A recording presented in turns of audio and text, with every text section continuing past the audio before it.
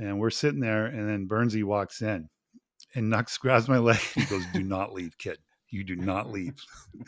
So he goes, "Buy him a beer, go over, say hello, and then walk out." So I did that. I thought everything was going to be cool. The next day I get called into the office. He's like, "Kid, what are you doing anyway? You're not even in the lineup, and you're out there." And I get the first person I walk into a bar, and I see you.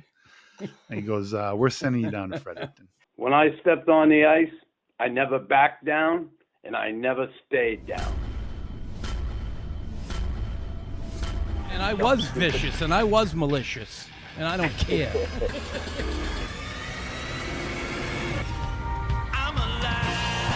a freaking madman. Look at him going to town. That'll be a suspension. That'll be a fine. Welcome into the Raw Knuckles podcast. Awesome guest today, a guy I played with for a very short time in my last season in the NHL, and it was a lot of fun. John LeClair, welcome to the show, Johnny. Good to see you, pal. Hey, thanks for having me, guys. Really looking forward to this. Nux, it was short, but it was sure sweet. Yeah, it was. Say hi to my friend, Tim Stapleton, Stapes, former NHLer. Played a bit in Winnipeg and Toronto, Atlanta, and then over in Russia with the great Mike Keenan. Oh, boy. Welcome, John. Thanks for coming on. No, good to see you again, Tim. All right. We'll get at it, Johnny. Listen, I want to go back to Vermont, the early days, and growing up in St. Albans, small town. Really, hockey was big at UVM, but really in the neighborhood, there wasn't a whole lot going on hockey-wise. How did you get drawn to the game of hockey as a young kid? Well, I mean, hockey was popular in my town. It just, we weren't on the map like Minnesota, Michigan, or Massachusetts as far as that age group. And, that was considered where hockey players came from in the States. But it was popular. It was something like the older kids did, so I wanted to do it. And it's just something that once I played and I got a taste of it, I couldn't get enough. Hockey was one of those things that I just loved to do. Any free time I had, that's what I was doing. And I was fortunate. I mean, there were some pretty good players in my town too that I got to play with, and I think they pushed me and helped me progress as I went along. Now, you're a rather large individual, 6'3", 225, and when I think back to growing up as a kid, I was small growing up. Were you always one of the biggest kids, like Pee Wee, Bantam, stuff like that? Yeah, I was on the bigger side. I don't know if I was the biggest kid, but I was on the bigger side for sure. It's just one of those things. When I was younger, I was not the biggest kid, but I was on the bigger side. Yeah. Okay. That helped. And it certainly helped you. Now, in your younger years, did you put up numbers like you did in the NHL? No, I put up better numbers than I did in the NHL. I think that's what you do when you're playing youth hockey. And it was fun. Like I said, I had some pretty good players I played with growing up, and we had some pretty good teams. Doesn't mean much, but it did at the time. We won the state title as Pee Wee, Squirts, and Bantams, and we had a good group. That same group ended up winning the high school state championship. So, like I said, I played with some pretty good players, and I was fortunate enough to be successful. Were you drafted out of college? Like, is that when you got No, drafted? I got drafted out of high school. Out of high school, okay. Yeah, 18. I was 17th theoretically. I was turned 18 in July, but I got drafted by Montreal that year when I was graduating. And was that was probably? I actually didn't go to the draft. No. I was graduating from high school the next day, so I stayed and watched the draft. Got a phone call at home, and it was exciting. But I wasn't out there in the stands waiting for my name to get called. Like Nux was for the 17th round or whatever. What was no one was left in the building. Yeah. All the hot dogs. Big security were gone. Kicked you out. All the beer and hot dogs were gone, and I was sitting there by myself with my dad. He's saying, "When's this going to happen?" No, John, don't feel bad. I was the same. I didn't go to the draft, and back in my day, you didn't go to the draft. It wasn't the big show that it is today. But anyway, you did get drafted 33rd overall by the Habs. But before we get there, you went to Bellows Free Academy. Was that your high school you went to? Yeah, yeah. They Bellows known it Free. as BFA, but yeah, Bellows Free Academy. So is you go the to high school. BFA, you spend the 4 years there. Now, were you recruited like every college in the country, or did you have your mind made up? Vermont is it for me, UVM. No, I didn't really have my mind made up, but my junior year, things started happening a little bit. I played hockey night in Boston. I got quite a bit of exposure there. And then I went to the Select 17 camp out in Colorado. When I came back from there, I was getting letters from, North Dakota, Michigan State, all over the place. And I didn't feel like something I wanted to do, play out west. So I kind of eliminated that. And then I looked around. I looked around different schools in the East here. When it came to it, I didn't get the feel that I wanted to go to school in the city, like a BU or a Northeastern, that kind of thing. And you could have went, right? I Any got of phone those? calls for him, but I had a pretty good mentor back then. Red Gendron was my high school coach. I mean, Red. I was fortunate enough to have, a quality high school coach like that. And he really helped me through the process a lot. And, just through conversations with him, we didn't want to waste anybody's time and stuff. And we were able to eliminate a lot of things like that. That's awesome. I coached with Red in New Jersey. Husky Poirier. He always talked about Husky Poirier.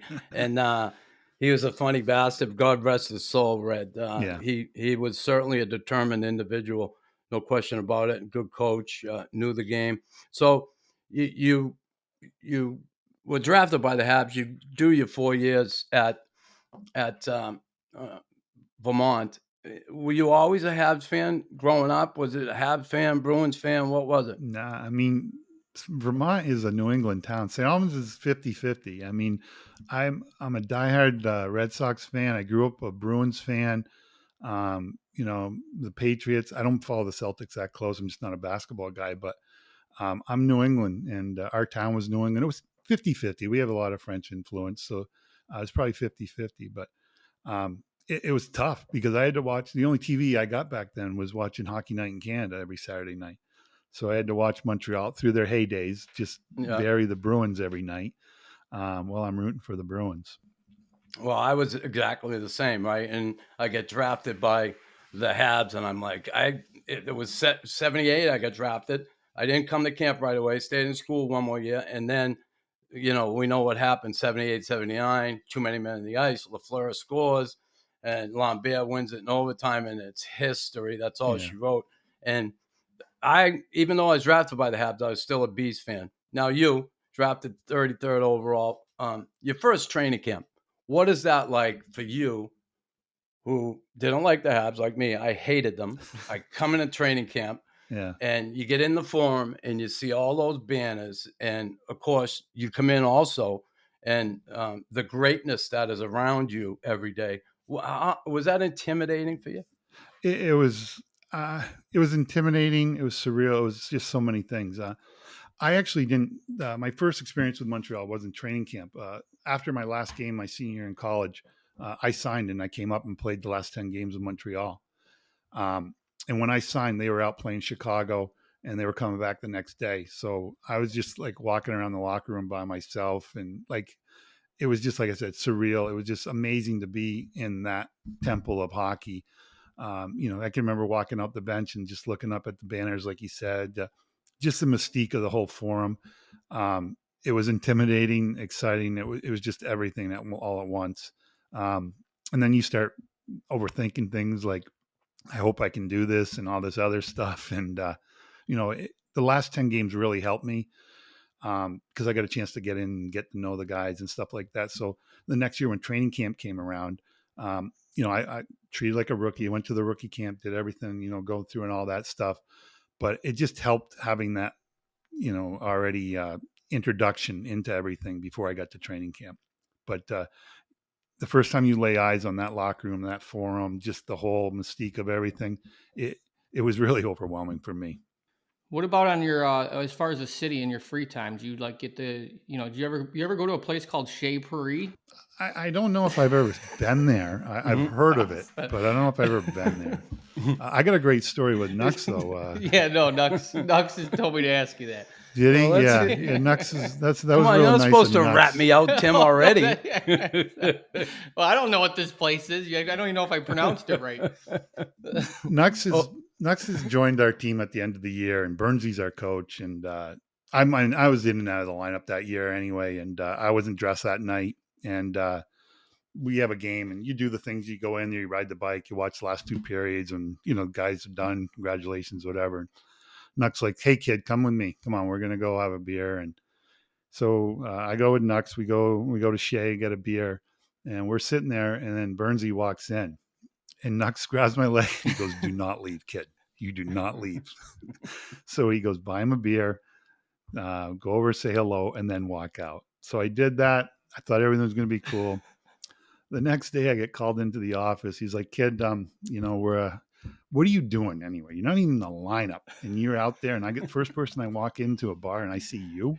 And he goes, "We're sending you down to Fredericton." I know Burnsy was trying to make it out like he's intimidating me. That's what because I was scared to death of Burnsy at that time in my rookie year. A lot of people were, right? Yeah. But what was happening is that was when we had that month strike in the NHL. So they were sending me down regardless because they wanted me to play, which actually turned out to be one of the best things ever happened to me. I went down there. I was playing maybe 5 minutes a night in Montreal. I got to play 20 minutes down there. It was a lot of fun actually. But yeah, it was one of those things that when I saw Burnsy, I almost crapped myself right there. Well, you played 8 games down there. You had 7 goals, 14 points in 8 games, which is awesome, right? And it was only 8 games. Yeah. And, I think back to that. My thought process was, listen, I know Burns. He's a cop. I knew him. I love the guy. And I knew if he saw you get up and leave right away, he would have been like, what a pussy that guy is. Like, no, you were 100% right. That's how you should have handled it. You don't run from anybody. I mean, but I don't want to sit there and spend the night with them either. I thought that was a golden rule. I'm like you though, John. Whenever like you could go anywhere, but wherever the coach was at, that's the place you don't go. Right. So, but do you think it's fair that the coach can grab that place as his place? I don't think no, so. No. I also agree with Chris and but I just didn't have the balls to be like, I was like trying to get out the back door too, but yeah, that's a great story. Another side story, I left by myself. Somebody else stayed. Yeah, of course I did. Why not? I mean, that was my last hurrah, right? I'm coming back for the curtain call. That was it. And geez, when I think back of those days and God, just great memories, like you said. But Johnny, so I'm on my way out. You're on your way in, and your first 2 years there, 19 goals, 20 that first season, 19 goals. No, sorry, 8 goals, 11 assists. And then that Stanley Cup year, the 92, 93, you had the 19 goals. And then in the playoffs, how surreal was that, you being on that team and what that team did that year in the playoffs, all the overtime victories, the overtime goals you scored, like that was incredible. It was one of the most incredible playoff seasons I think ever. It really was. I mean, obviously it's fresh in my memory. It's my only cup, and it was just it was a tremendous experience. And I mean, you know what it is when you go win a Stanley Cup and you go far in the playoffs. Like, just the group becomes tighter and tighter the farther you go. And it is true. You win a cup with these guys and your brothers for life. I mean, it's a bond it's incredible. Everybody talks about the overtime goals and stuff when they see me, but truthfully, it was such a team effort. It didn't matter who was scoring. It really didn't. The one key that we had was, I mean, Patrick was in another atmosphere. There was nothing getting by him. He had the swagger going, winking at Sandstrom. I mean, he had it all going. And, as a team too, every individual they were all doing their part. Carbo's line was shutting down every top line. Vinny and Kirky were doing on the power play. Like, everything was working for us. Yeah, no question. When Patrick gets in that zone, forget about it. And like coaching, Demers was coaching you guys at the time, right? Burnsy was gone, right. Got let go. And how was it playing for Jacques Demers? Here's a guy who come out with, couldn't read. He come out. No one knew that, and like it was incredible that guy was able to coach you guys. And was he more a motivator guy, not so much X's and O's? And how much were the assistant coaches involved in that? Yeah, I mean, when I think of Jacques, I don't think of an X and O strategy kind of guy, and that's kind of what it was. My recollection, and I think it's pretty accurate, is that Charlie and Lappy were taking care of all that kind of stuff, the strategy stuff. But one thing that why Jacques coached so long and was such a good coach is he was a great people person. He knew how to push people's buttons. He knew when to get on and lay off a guy. I think he was very good at maintaining that kind of coherency in the locker room. He was a very good person at how he could read people. And I think that's, obviously a skill he needed to survive. When we find out later in life that, the guy had other issues that made it almost impossible to get along. I mean, if you think about it, his survival skills are just unbelievable, really are. Yeah, it was an incredible story. How was the aftermath? Like, Nux talks about like the parade in the town, and was it just nuts? I'm assuming that town knows how to celebrate. There's no question about it. Catching glimpse of Colorado in the parade, I was just like, by far the best memory of the Cup. It's incredible. The parade, the people that come out, and it's no secret. Montreal is a hockey town, and it lives up and more to that reputation. I mean, they absolutely love their hockey, and when you win, there's not a better place that I know of. I got to ask you about the Kings, though, and beating the Kings in that series. How big was that call by the coach on McSorley's stick? I mean, it seemed like it turned everything around for you guys. I mean, it did. I mean, we ended up scoring a goal in the last minute, and then Eric Desjardins gets his third of the night in overtime. So I don't think it was going to be an impossible hill for us to climb. I mean, I truly believe in that team. Obviously being down 2-0, losing 2 at home is not a great situation for us. But I think we proved that we could win in LA too. I mean, I don't think it would have been the end. But could have things turned differently? Absolutely. It was a big moment in that series. There's no question about it, though. Yeah, when you go down 2-0 and you lose 2 games at home, that's a big deal, and that certainly changed. It is, but our mindset and I mean, and just the confidence in that room and Patrick and everybody, it wouldn't have been the end. I wouldn't have thrown the towel on us yet. I mean, like I said, it's not a great situation, and things probably could have been different. But, I don't think we would have absolutely gotten beat if it didn't go our way, that kind of thing. Did you bring the Cup back home, and are you the only one that's ever won a Cup from your town? From my town? Yeah. I am the only one that won a Cup from my town.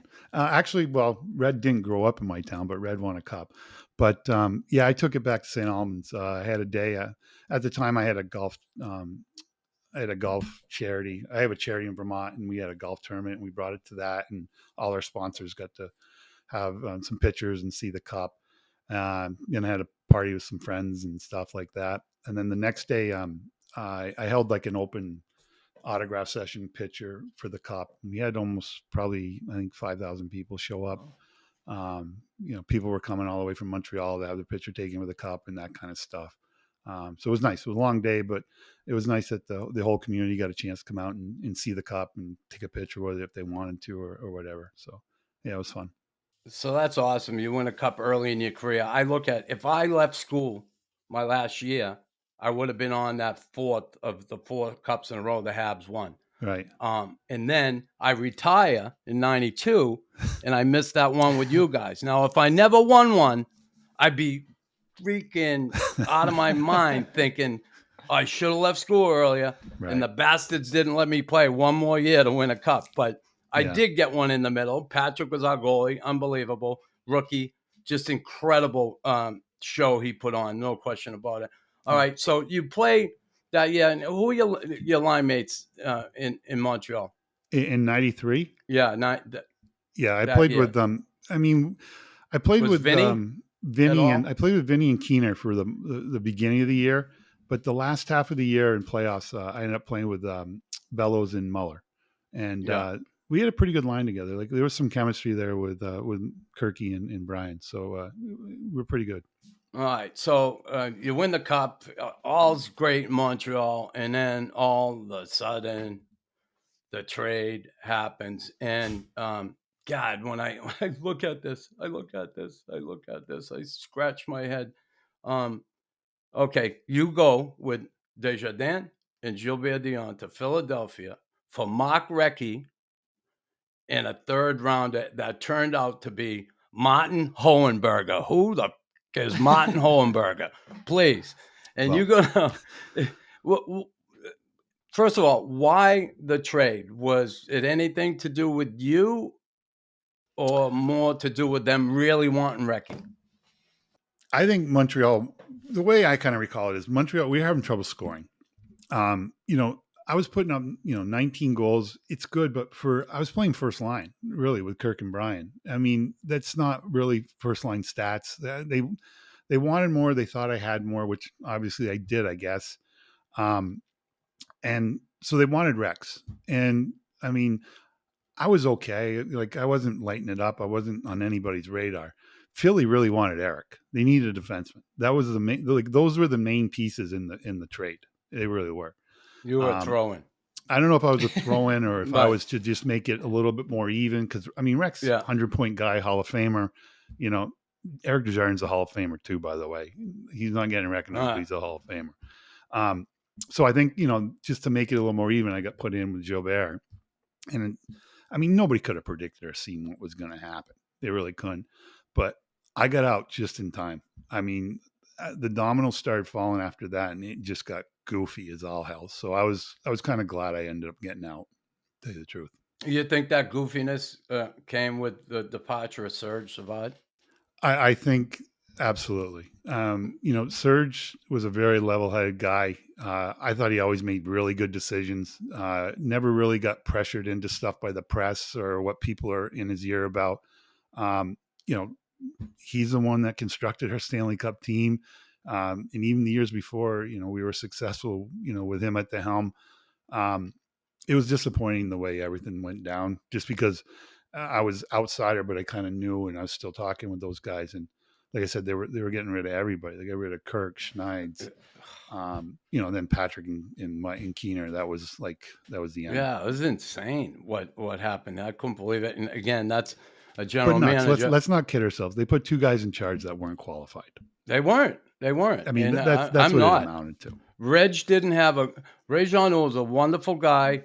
Yeah. He worked great with Molson. He was really good. He's good at, being a host. He's really good at that. He's great with the history of the organization, but he just was way in over his head. And Mr. Corey made a huge mistake there, no question. And then Mario, talk about emotion behind the bench. I mean, that was just like winding up the top. It's like overwinding it and then letting it go. But again, so you go on to Philly. And how much of adjustment was it for you? You get traded during the season, right? And you play 9 games with the Habs, and then you end up going down there, and you end up with 25 and 24. Did you play with Lindros and Renberg right away? Was the Legion of Doom born right after that trade? I did. When I got traded, we just got off back-to-backs. And we came back from Ottawa that night, and I got a phone call in the morning. Jacques wanted me to come in, and I'm like, Jacques, it's early. Like, what is it? Because there was rumors going all over. I kind of knew what the call was. Yeah. And he's like, you've been traded to Philly. Bob Clark's going to call you. And then, so Clarky called me, and I said, I was playing left wing and center at the time, a little of both. And I said, where do you see me playing, left wing or center? He's like, I see you playing left wing with Eric. I'm like, all right, be there as soon as I can. And we played that night against Florida, and I played with Rennie and Eric that night. Things didn't go well. It was one of those. It was just we lost 4-0. It was just a nothing game. When just nothing goes. Yeah. So then new we had team, knew everything. It's all it messes you up a little bit, or we're just tired. Who knows? But so we had 2 days of practice, and then Saturday we had an afternoon game in Jersey, and we were together again, and it just clicked right there. We had a good game. We were dominant the whole game, and it just kept building and building from there, and kind of what it was. And then you guys were together for like years, right? pretty much.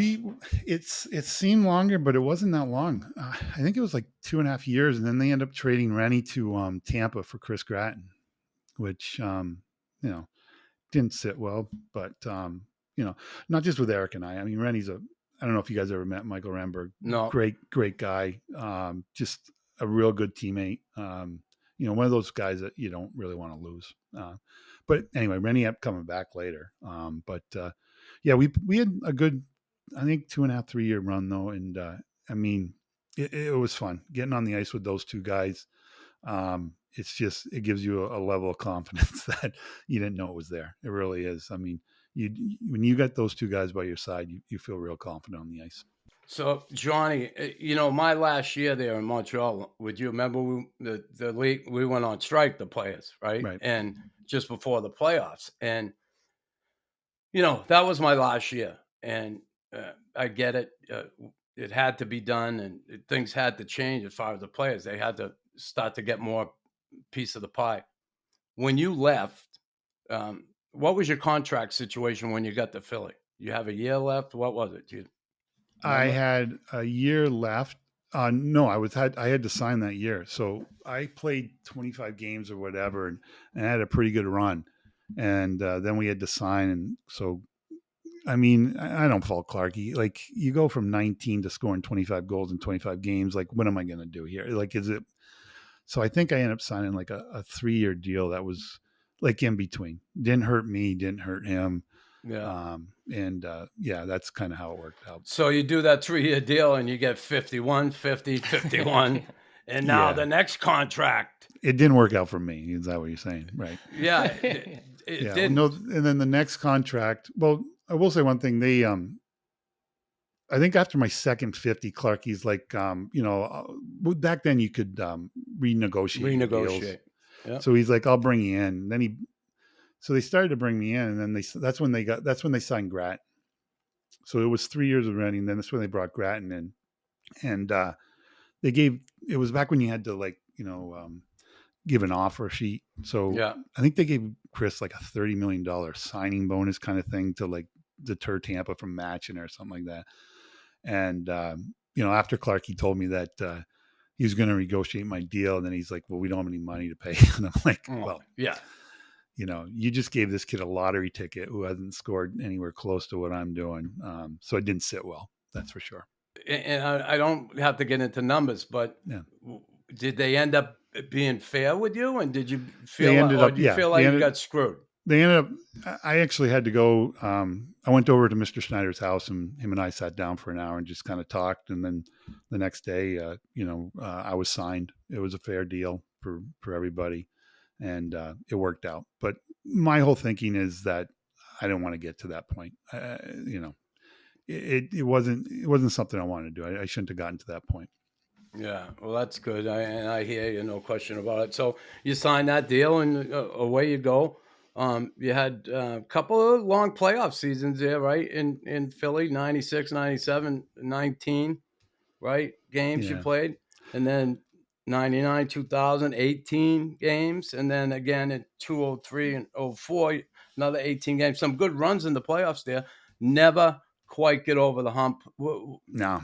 What do you think that was, Johnny? I mean, you won that Stanley Cup in Montreal. You knew what it took. You knew the feeling you had. Do you think... Why'd they come up short? Yeah, there's 3 years that I thought we should have won the cup. I think that strike shortened season in 95. I think we were better in Jersey. We lost them in the conference finals. Claude Lemieux scored a goal that shouldn't have gone in. And what happened in Game 5? They ended up winning Game 6.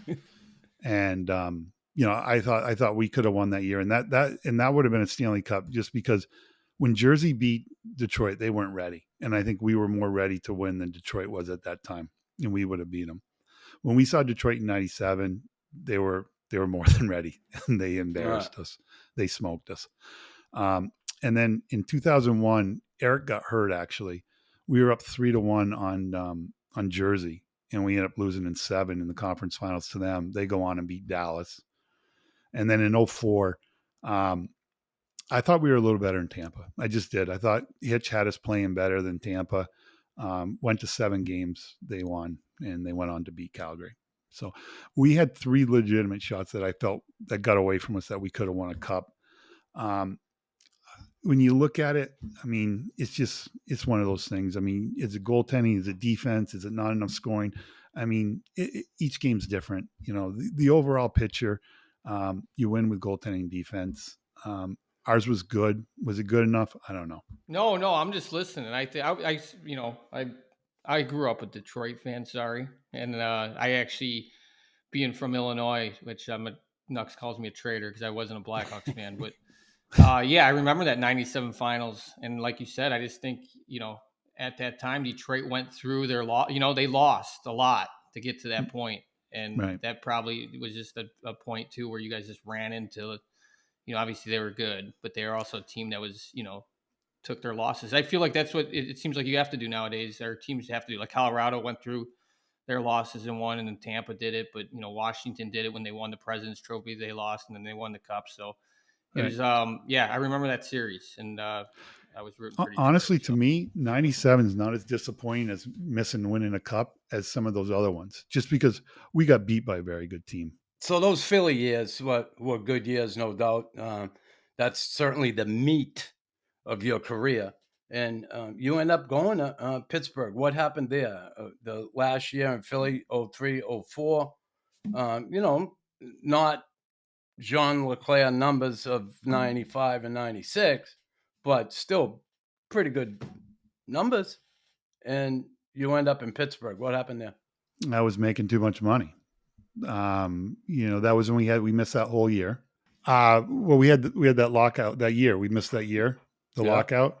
So when we came back, there's a salary cap, and I was making too much money, and there was their one free chance to get rid of salaries.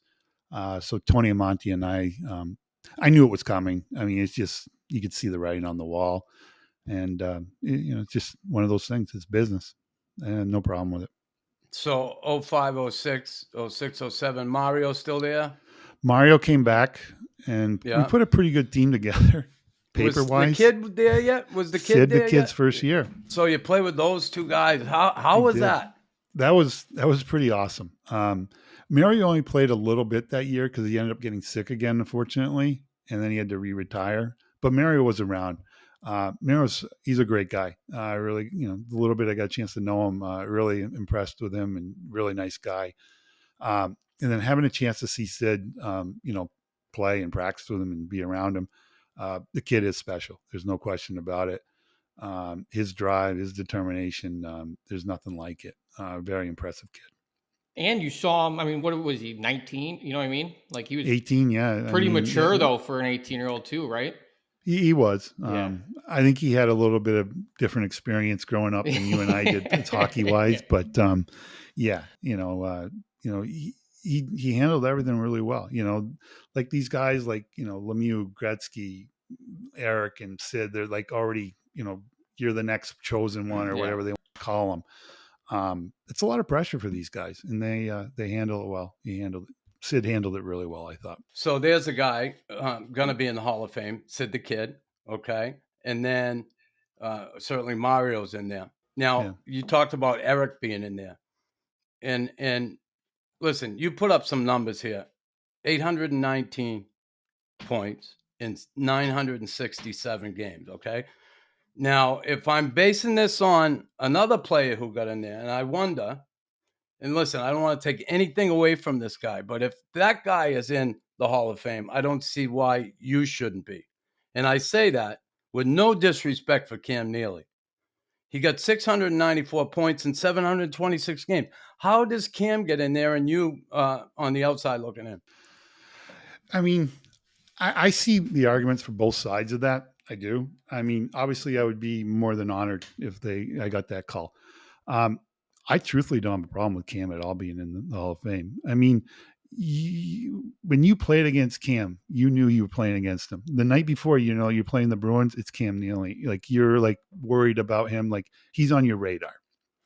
There's some guys that have gotten in lately that I don't know if they've been on anybody's radar ever.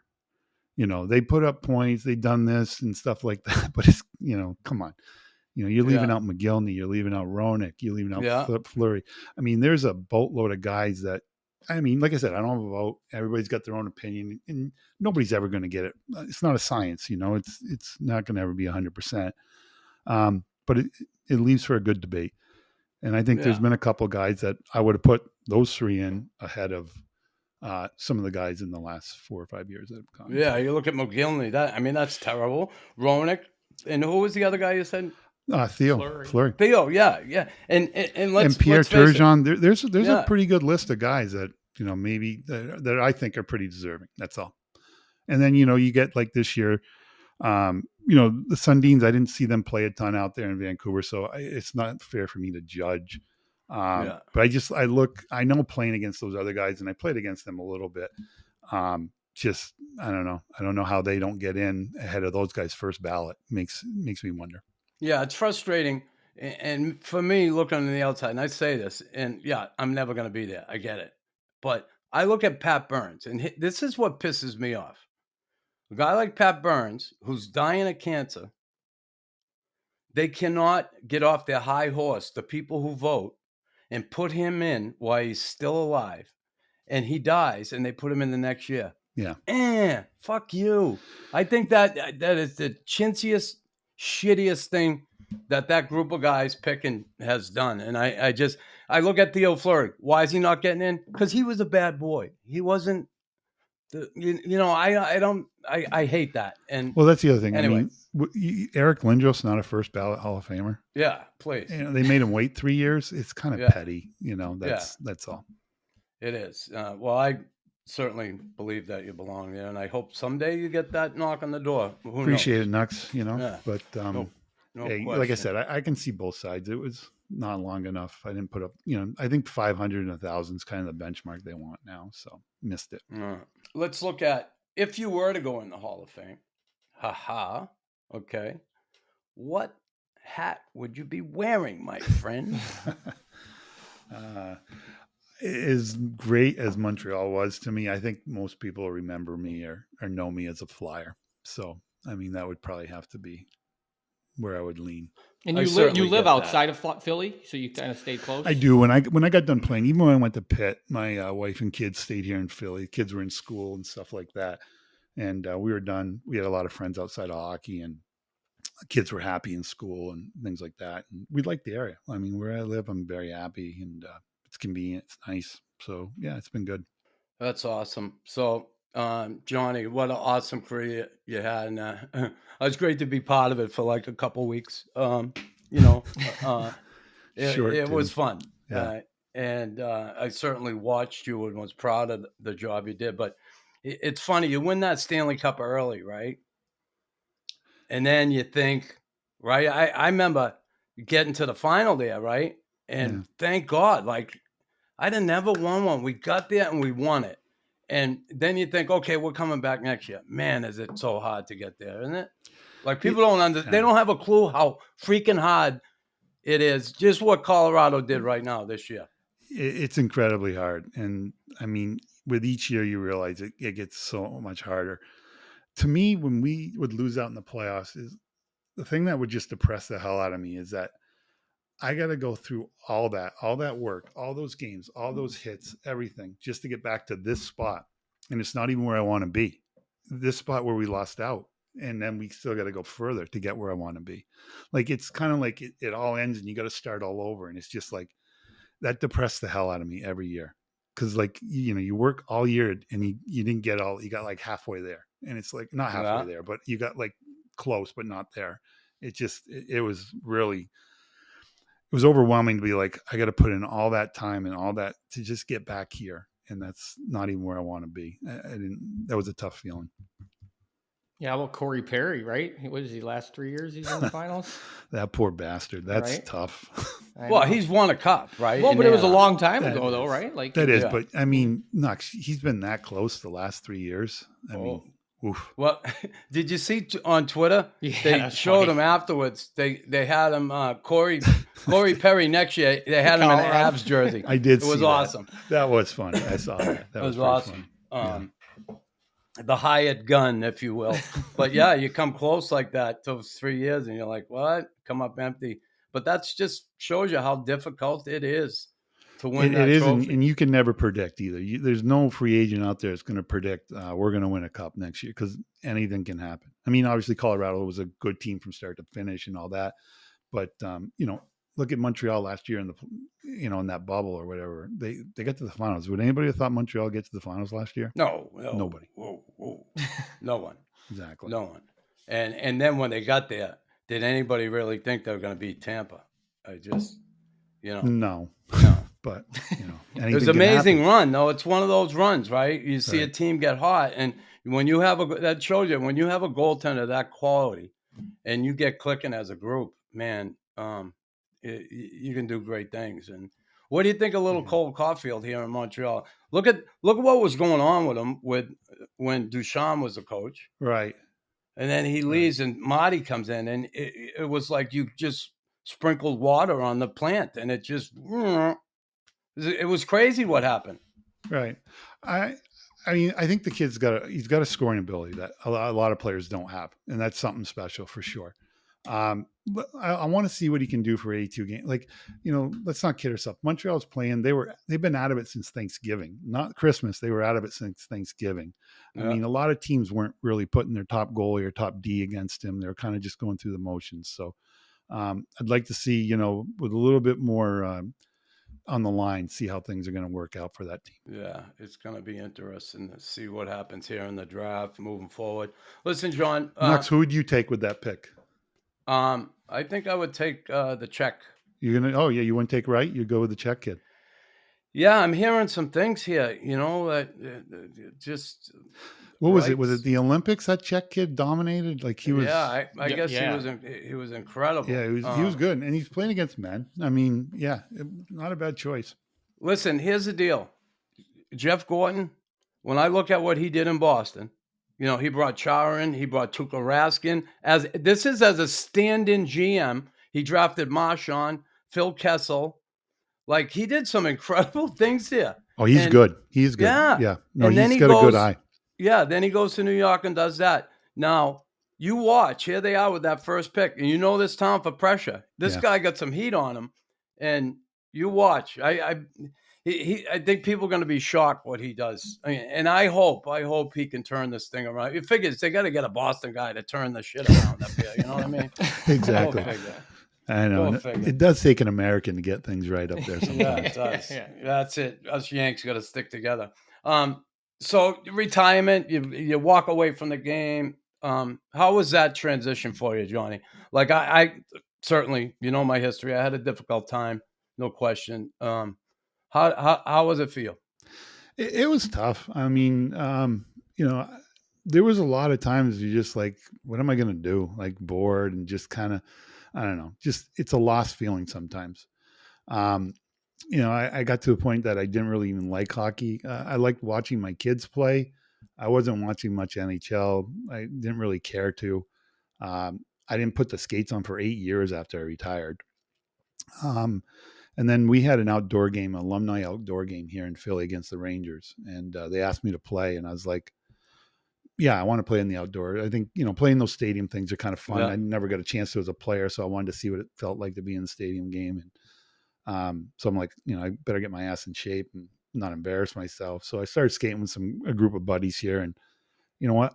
I'm having fun. I had a lot of fun with the game. The game's so much fun. And, no pressure, no like, everybody's just going out, having fun, playing for fun. And I'm really enjoying it. Like a kid again, right? It really is. We really played a couple, right? It really rejuvenated it. And now I'm, back addicted to the game. I'm watching games left and right. And I'm back into it a lot. No, 100%. That's good. I appreciate it because I'm transitioning still. Like I retired in 2018 and I feel like, I'm still figuring things out. You don't know what you're good at, right? You're just kind of like, I don't know what I'm good at. And then I skated once in like a year and it was like the manager from like Chipotle was telling me he's wide open, right? And I was like, I can't fucking deal with this right now.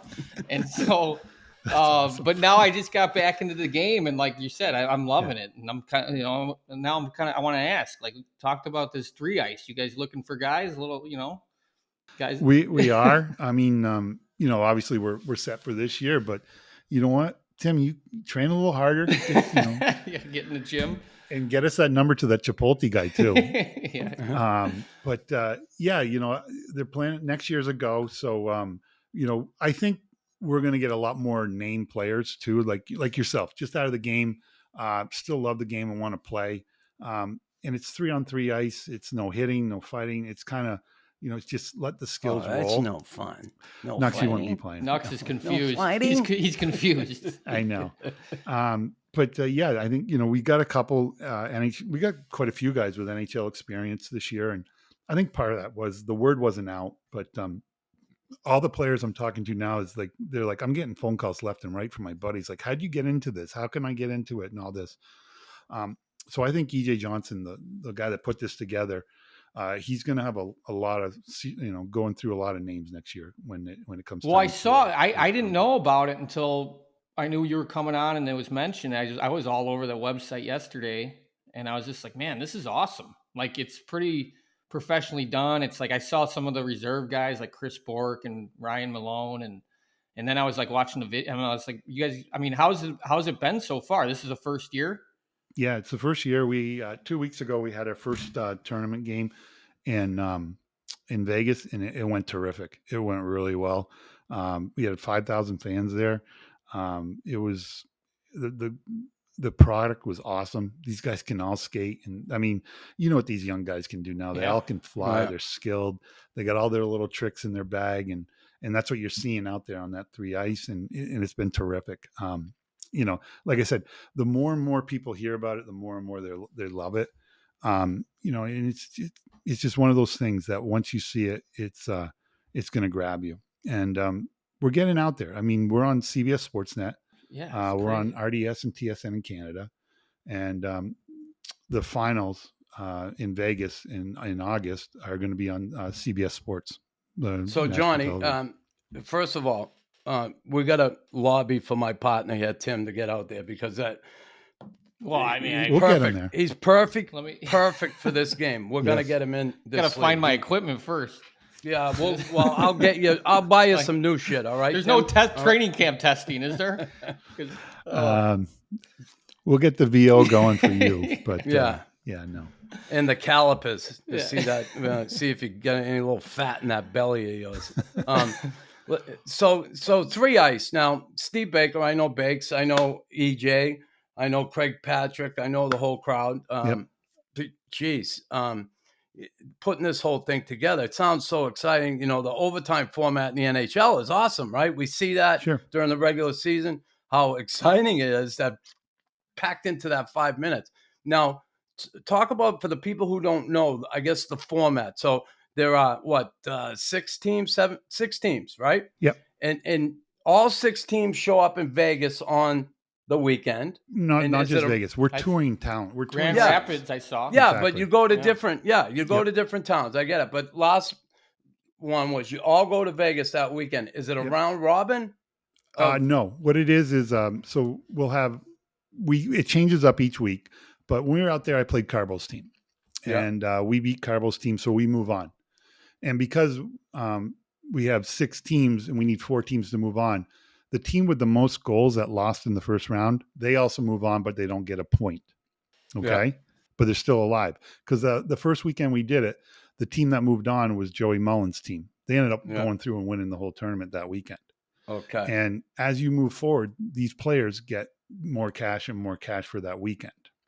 So they're playing for a cash prize plus points.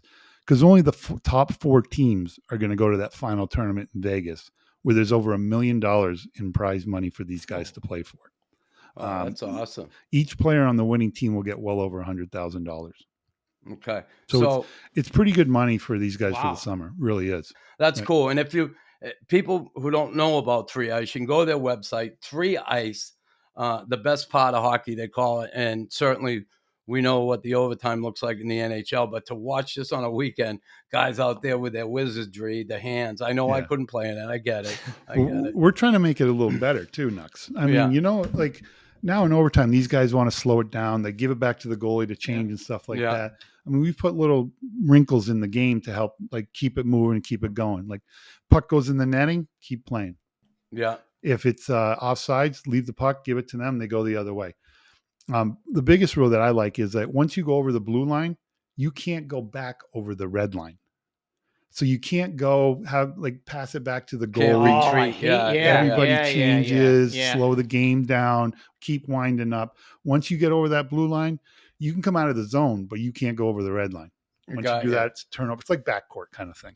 Yeah, that's cool. That's been a good rule to keep it moving. Really has been. Everything's a penalty shot. I like that. Penalty shot, but it's live. Yeah. There's back checkers. It's a chase. Yeah. So it's a jailbreak. So guy goes down. If he doesn't make it, puck's live. Keep going. Here we go and play. We've had some pretty good, exciting plays off that. And like I said, it's 2 8-minute halves. It goes quick. It's a lot of ice. I'm telling you right now, Mike, Tim, you better be ready. It's a lot of ice. These guys are dragging, especially playing. How many guys on a team? We have 6 in a goalie. So you got 6 guys in a goalie. Yeah. Man, yeah. So, just jumping over the boards one after another. So there's not really a lot of threatening the guys as a coach that I'm going to bench you. Yeah. So that's a good thing. They're good guys. And like I said, they're highly skilled. It's fun being around them. Really. How often are you so if a team loses, are you trying to find new players all the time? Like, how are you rotating through, you know what I mean? Like, is a team lose or is this they're out? You have your team. Like my team Okay. stays together Gotcha. all summer long. And then we have some reserves that are with us that will fill in. Somebody gets hurt. There's some guys like I know talking to one of the coaches, he's got a guy that's got a wedding next weekend. So he's going to have a guy fill in for him and that kind of thing. Well, I live an hour from Grand Rapids. I'm just saying. If I would have wanna known come all check this, it out? I We would can have leave you a done this. ticket. Yeah, if I would have known all this, I would have done this interview with like a gym in the background or something, just to look, like. You should have. Exactly. I'll send Tim. the word to you. And Craig. You should go check it out, Tim. There, I'm just going to show up with my equipment and act like I was asked to play. Just go check it out. No, Check it out. Everybody I'll should bring my come son. check it out at I'll Grand bring my Rapids. son Not for just sure. Tim. Yeah. Everybody. And I think Tim said he's going to sign autographs from anybody that shows up, right? Done. Yeah. Yeah. There you Perfect. go. Whatever. Bring a big stack of cards, Tim. Yeah. And then from there, we're going to London, Ontario, Pittsburgh, Quebec City, Nashville, and then back to Vegas. No Montreal. Quebec City. Quebec Closest City, we're the gonna closest. Yeah. And I might have to take a ride up there and say hello, Johnny. It'll be worth For your sure. trip. It will be worth your trip. Yeah. really Hey, is. listen. I wish you all the best with this new endeavor. Have some fun with it. Get you out there. You're still involved in the game. You're back in the game somewhat. That's cool. Just one of the nice guys in the game. Always, John. I consider you a friend, and you've been been awesome giving us your time here today. And I wish you luck in this new endeavor. I appreciate Nux anytime. Like I said, for a friend like you, I'd do anything, buddy. So Awesome. I'm happy to appreciate be it. on. Tim, it was good seeing you. Yeah. Nice Hey, seeing you. honestly, if it's something you're interested in, I'm going to go for a run. I'm going to go for a run right now. And Make the decision before you go, not after.